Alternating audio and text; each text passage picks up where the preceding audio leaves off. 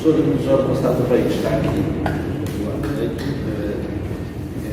dispensaria as apresentações que quase gostaríamos de fazer.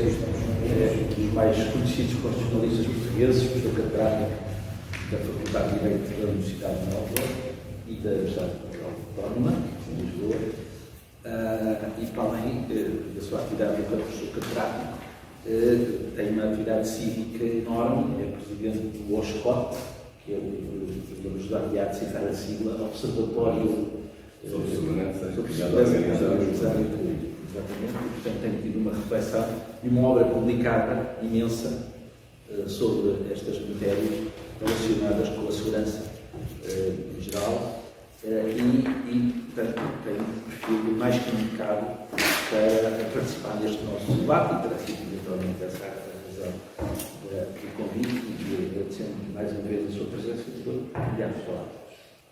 Muito obrigado. Muito boa tarde a todas e a todos. Um gosto de estar aqui, também regressar à minha antiga casa, onde me licenciei, onde obtive o meu grau de mestre, sou Faculdade da Universidade de Lisboa, e gostaria de agradecer desde já o convite que foi dirigido e na pessoa do Sr. Tenente Coronel António Costa Mota, agradecer-lhe o convite, que só podia aceitar instantaneamente e aqui estar nesta excelente iniciativa. Também cumprimento a professora Madalena Marcos dos Santos, uma vez mais, excelente pessoa, a vários títulos, e um gosto também aqui de reencontrá-la. Cumprimento os colegas de painel, o Sr. Professor António Filipe, que me amigo longa data. Chegámos a ser deputados ao mesmo tempo. Eu tive que sair de futebol corrido, mas ele ficou mais tempo do que eu.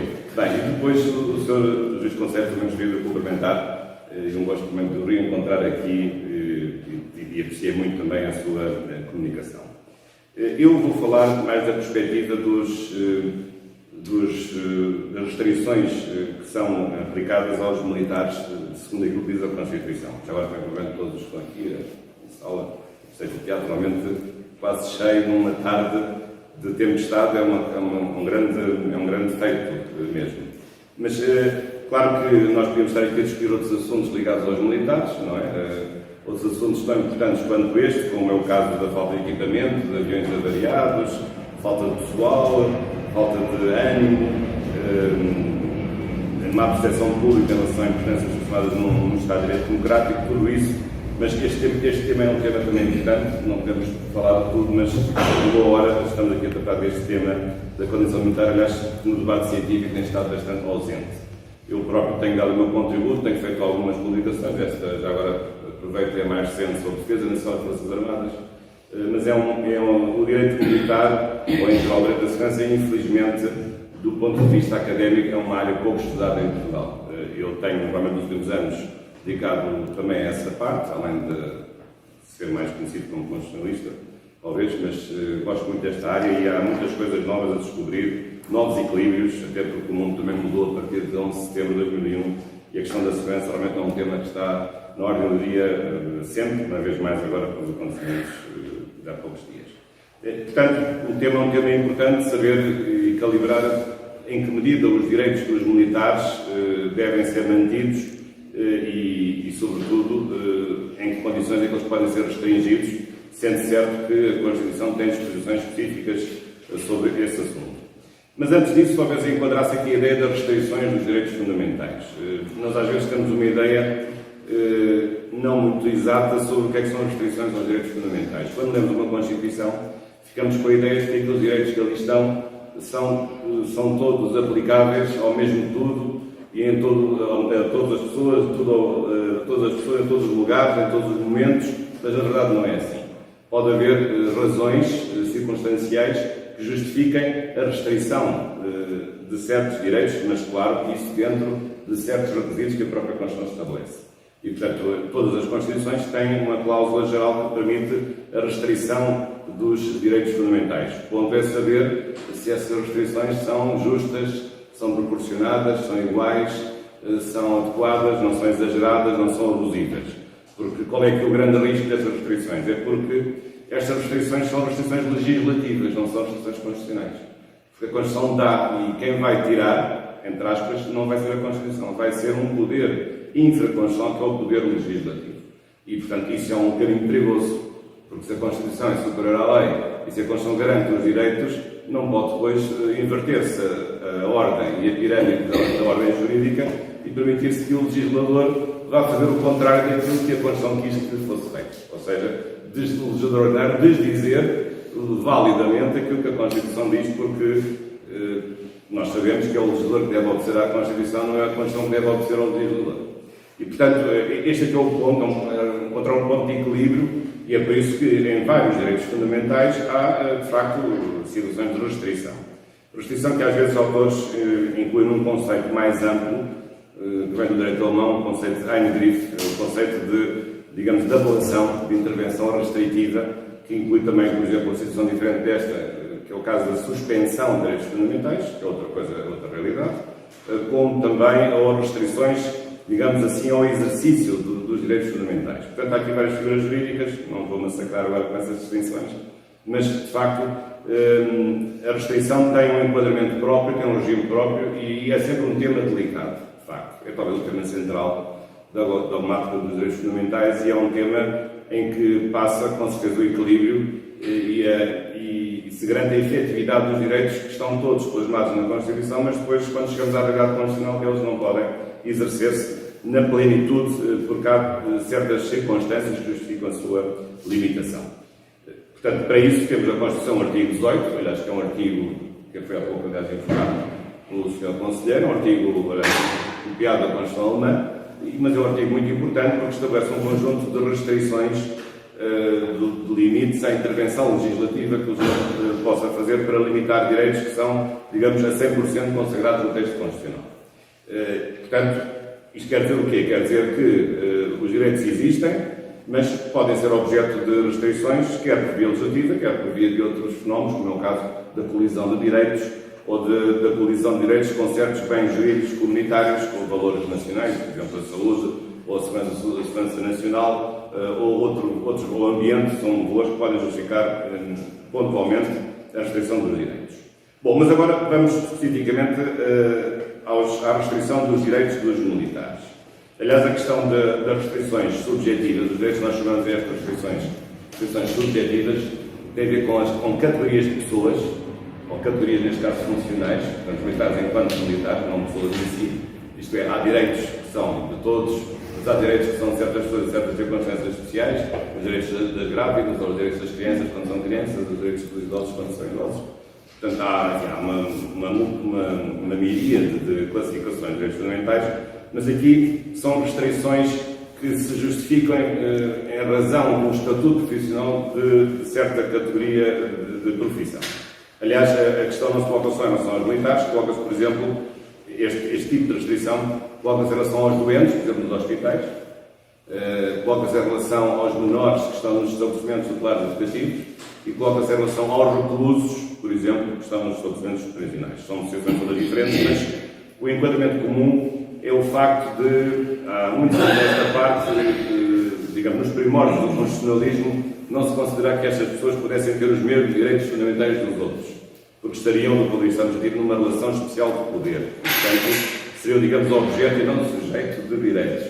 Essa visão está realmente ultrapassada e com certeza que a Constituição deve, na medida do possível, atribuir todos os direitos que pode atribuir, com restrição daqueles que, pela lógica das coisas, ou em nome de valores e de princípios que justificam, eles não podem ser reconhecidos ou não podem ser exercidos na sua plenitude.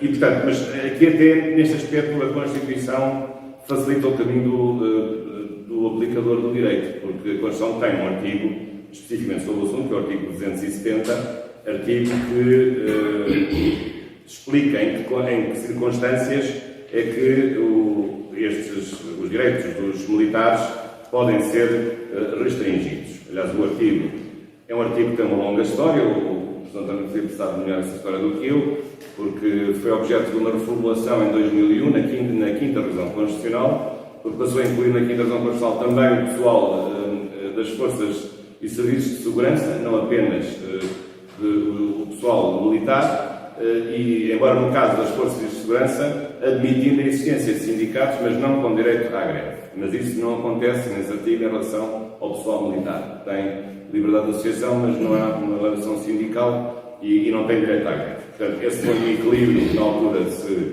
conseguiu obter, do ponto de vista da revisão constitucional, até porque tinha havido um grave problema no âmbito da polícia, digamos, o desejo de transformar a PSP de uma força paramilitar numa força civil. E, de facto, isso aconteceu. E depois esta foi a solução, que demorou alguns anos, depois de muita luta por parte dos dirigentes associativos e sindicais e dos próprios trabalhadores da PSP, dos polícias, e conseguiu-se esse, digamos, novo equilíbrio no que respeita às forças de segurança, aceitar o sindicalismo, mas, digamos, um sindicalismo um bocado coxo, não é? Porque se não tem direito à greve, é assim um sindicalismo um bocadinho trazer por casa, não é?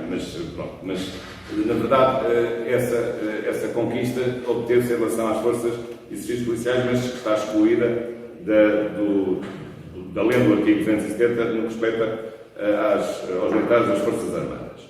Mas esse artigo é um artigo importante, é um artigo excepcional, portanto tem que ser sempre visto dessa perspectiva. Como é um artigo que estabelece restrições específicas a direitos que todos devem ter, só pode ser interpretado de uma forma excepcional. E isso, como sabem, na interpretação jurídica tem consequências, porque interpretamos uma norma excepcional de modo diferente do que interpretamos uma norma que seja geral, que não seja excepcional. A norma geral é a norma, ou as normas, as várias que atribuem os direitos.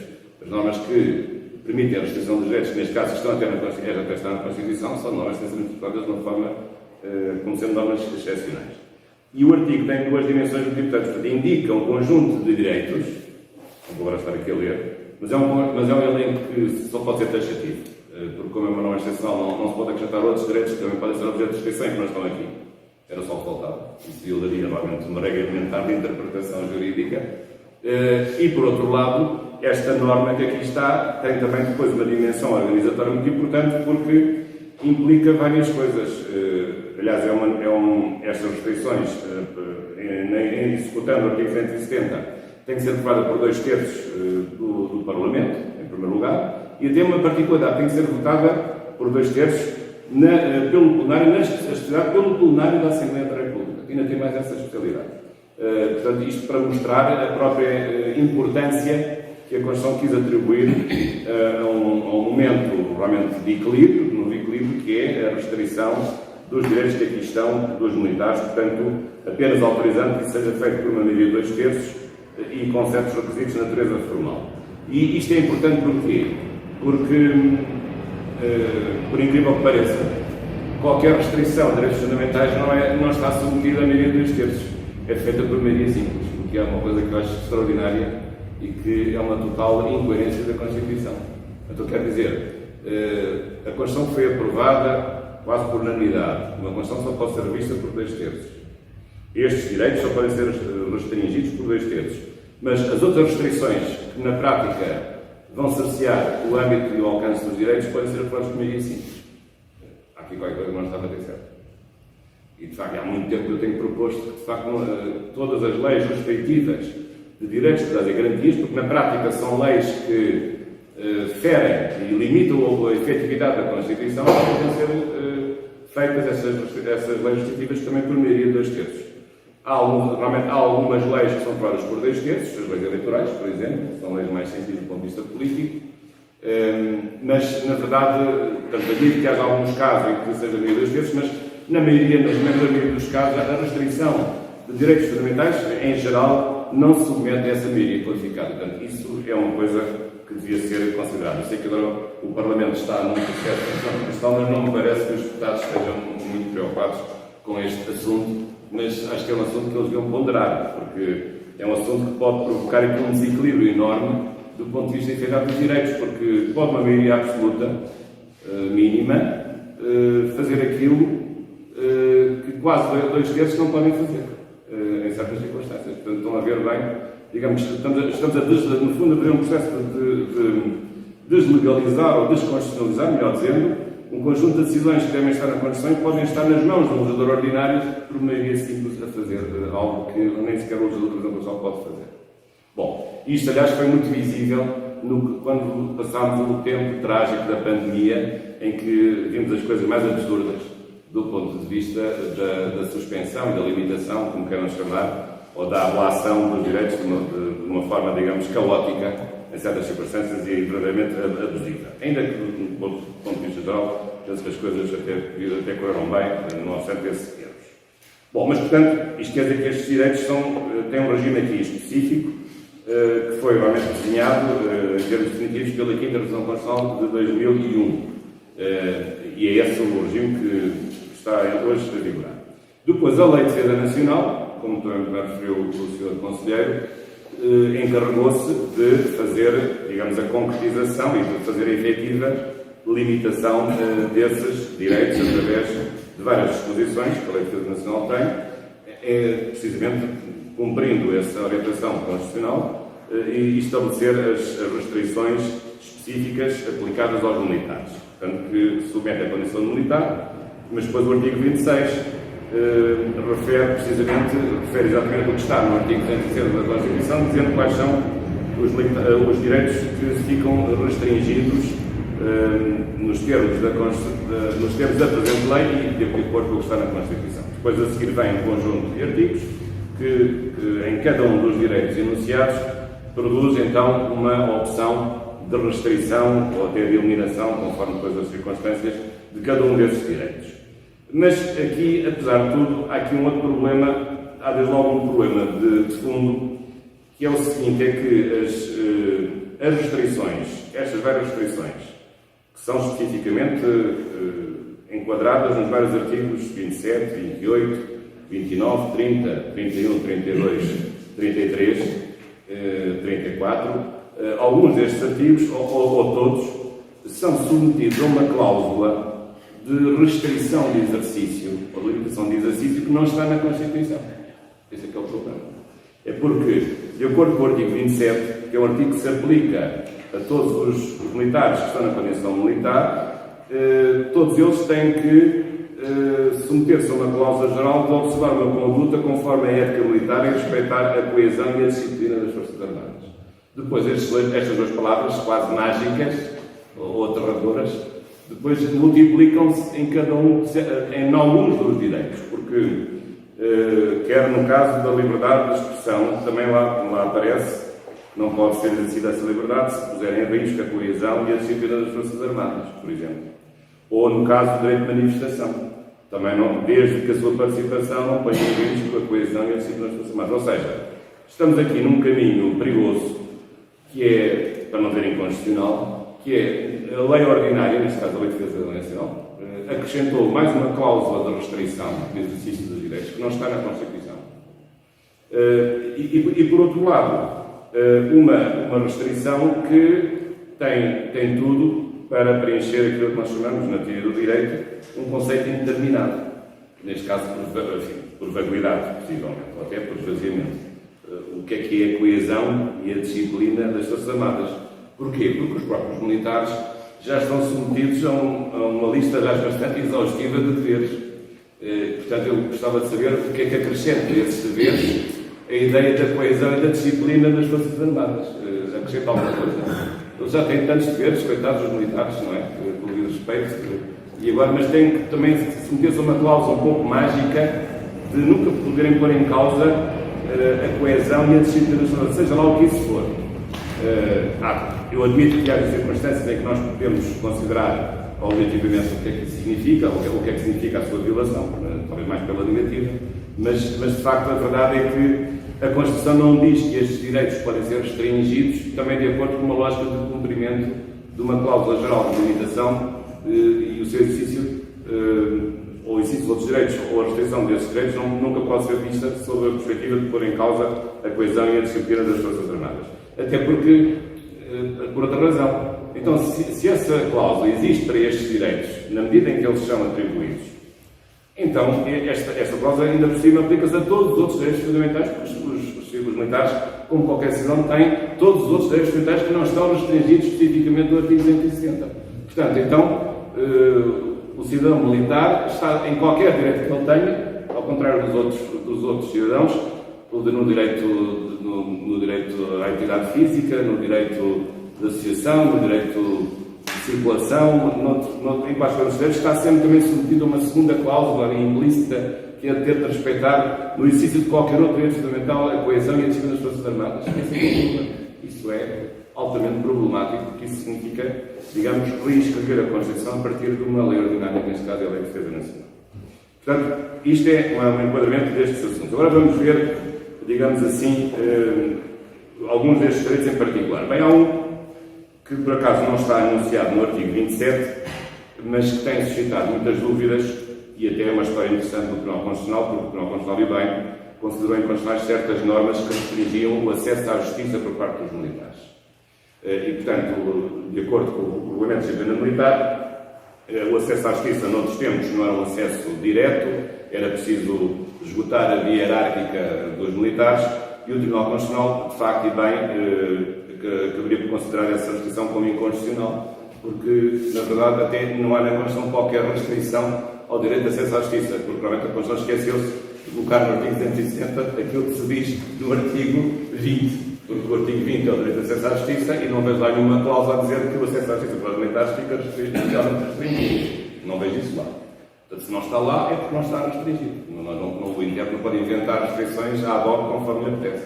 Ainda não chegamos a essa fase, digamos, da aplicação do direito. E, portanto, a verdade é que, na prática, o Regulamento Militar tem introduzido restrições sucessivas que depois o Tribunal Constitucional tem vindo a afastar e tem havido novas formulações. Penso que a última foi no tempo em que o professor Sr. Teixeira foi ministro, o novo Regulamento de Disciplina Militar, se não estou em erro, ou talvez o Miguel Branco, já não me recordo bem. E, portanto, isso tentou-se um novo equilíbrio nessa matéria, que é um aspecto que, a meu ver, é um aspecto importante em que mostrou que, na verdade, o Tribunal Constitucional está atento às restrições que são mais severas e são inadmissíveis do acesso à justiça por parte dos militares. E mais, e a questão do acesso ao Provedor de Justiça, também é o mesmo problema, porque nós chegamos ao cúmulo de ter uma lei especial para regular o acesso ao Provedor de Justiça por parte dos militares, coisa que eu acho que seria, em qualquer lugar, inimaginável, porque o Provedor de Justiça é um órgão para todos os cidadãos. Então há uma categoria de profissionais que tem uma via própria mais restrita de acesso ao Provedor de Justiça. É uma coisa muito estranha. E, além do mais, o direito de acesso ao Provedor de Justiça não é um direito de petição coletiva. Ele não está no âmbito das restrições do artigo 270. É um direito de queixa individual. E, portanto, não há qualquer autorização constitucional para limitar o acesso dos militares ao Provedor de Justiça com uma lei autónoma a dizer que é preciso esgotar as vias internas do recurso antes de se queixar, como sabem, uma queixa que não é vinculativa, o justiça não tem poderes vinculativos, não ser de inspeção, e, portanto, não percebo qual é a razão de ser de haver uma lei especialmente restritiva ou restritiva do acesso ou do exercício do direito de queixa ao Provedor de Justiça, quando o direito de, se acharmos que é de petição, pode ser queixa de petição individual, nem sequer está no âmbito do artigo 170 da Constituição.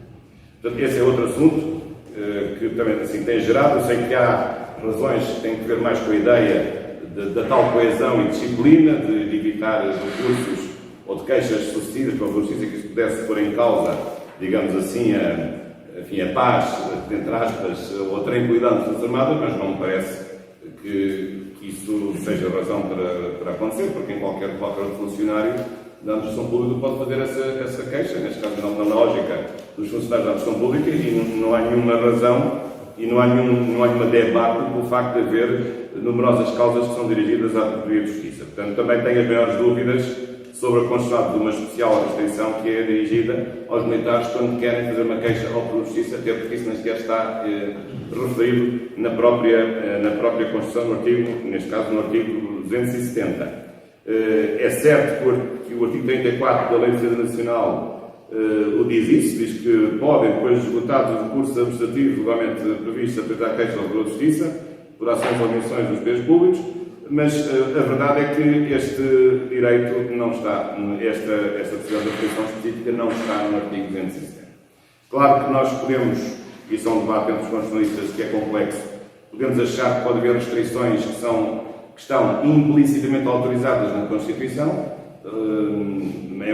embora, contrariando aquilo que diz o artigo 18, diz que precisamente as restrições têm que estar expressamente autorizadas pela Constituição. Eu sei que às vezes isso não é possível, porque algumas nós temos que aceitar, porque na verdade há restrições necessárias e que não estão autorizadas pela Constituição direito a direito, mas acho que não seria este o caso. Portanto, este é outro aspecto também que eu gostaria de referir. Depois, Em relação aos direitos que são, não vou aqui falar de todos os direitos que estão aqui anunciados, mas talvez referisse também o direito que tem a ver com, neste caso, a liberdade de expressão e o direito de manifestação, que se submete à tal cláusula, quer o artigo 28, quer o artigo 30, a tal cláusula da coesão e da disciplina militares.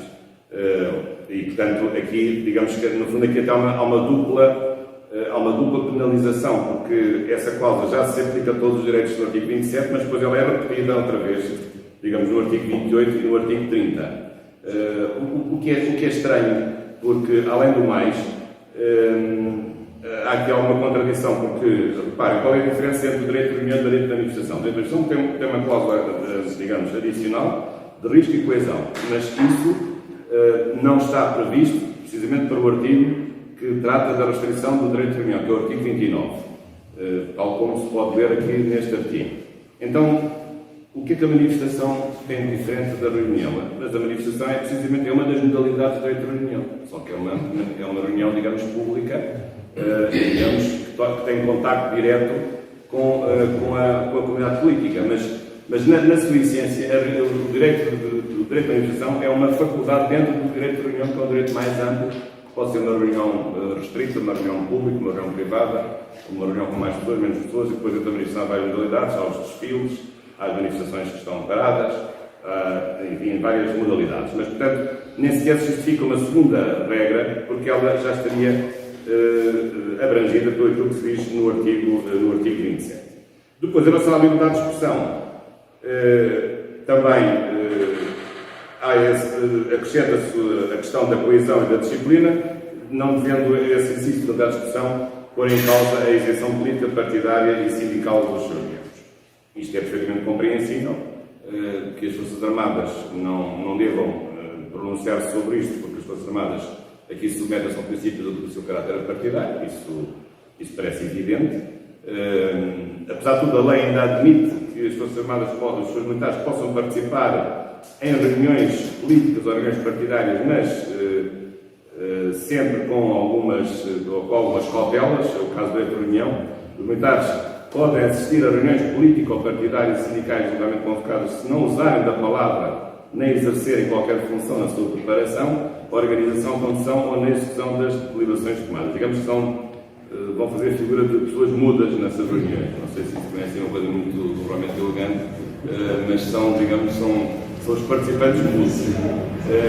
Isto faz-me lembrar, agora só por graça, faz-me lembrar a terceira Constituição francesa, que era a Constituição do Diretório, em que precisamente havia duas assembleias e havia uns que falavam e os outros que votavam, que era o Conselho dos Anciãos e o Conselho dos 500. Uns falavam sobre as leis e os outros só votavam, mas não podiam falar, não podiam pronunciar sobre o sentido das leis. Mas aqui nem sequer destaca qualquer poder de intervenção mais específica. Bom, mas era isto que eu vos queria dizer. E deixar aqui esta reflexão. As minhas dúvidas, que também estive a preparar-me aqui um pouco para este tema, sabendo que era este tema sobre o qual devia falar. Claro que há outros, eu não falei de outros aspectos do Estatuto dos Militares, há dois outros temas que eu não abordei, penso que não se justificaria, que é precisamente a análise do Estatuto dos Deveres e dos Direitos de toda a sua enumeração, que é vasta, que está no Estatuto dos Militares das Forças Armadas, isso é um outro assunto. Também tenho dúvidas sobre se esses deveres hoje se justificam tal como eles são apresentados. Tenho dúvidas sobre os contornos desses deveres. Tenho muitas dúvidas. E também outra questão, que é uma questão que foi objeto de uma profunda remodelação também na revisão constitucional de 2001, como sabem, foi a questão da justiça militar, porque os tribunais militares foram extintos, só pode haver tribunais militares em tempo de guerra. Isso implicou uma alteração do Código de Justiça Militar, a alteração do novo Código em 2003. Penso que as coisas evoluíram, mas também acho que há aí muitas coisas que podem ser revisitadas, embora hoje a Justiça Militar não seja só para militares, é para a defesa dos bens e essencialmente militares. Portanto, podem cometer crimes militares não apenas militares, mas também os civis. Portanto, nesse aspecto, há muito tempo deixou de ser uma justiça estatutária para ser uma justiça, digamos, objetiva para uma conduta que põe em causa os bens essencialmente militares, ou os interesses, digamos, da instituição militar.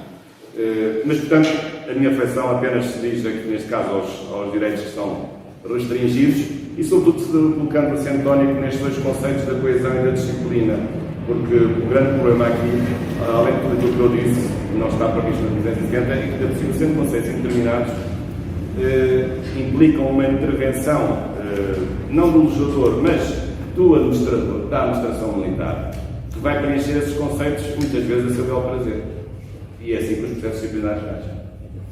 Quando muitas vezes os administradores militares, ou quem tem condições militares, entendem que há a infração disciplinar. E é muito fácil invocar que uma infração disciplinar dizendo que houve uma quebra da coesão e da disciplina militares. Eu estou a dizer isto porque também sei o que se tem passado em processos disciplinares em várias instituições, mas também na instituição militar. E, portanto, é lamentável que realmente estamos para assistir a um abuso de uma cláusula indeterminada que possa dar todos esses poderes, ainda que depois os processos possam não acabar mal para a pessoa avisada, mas penso que o legislador deve proteger os direitos fundamentais dos cidadãos e dos militares em particular e não permitir este tipo de abuso ou não abrir a porta a este preenchimento, eu diria, quase arbitrário de conceitos indeterminados. Muito obrigado pela vossa atenção e parabéns por esta iniciativa.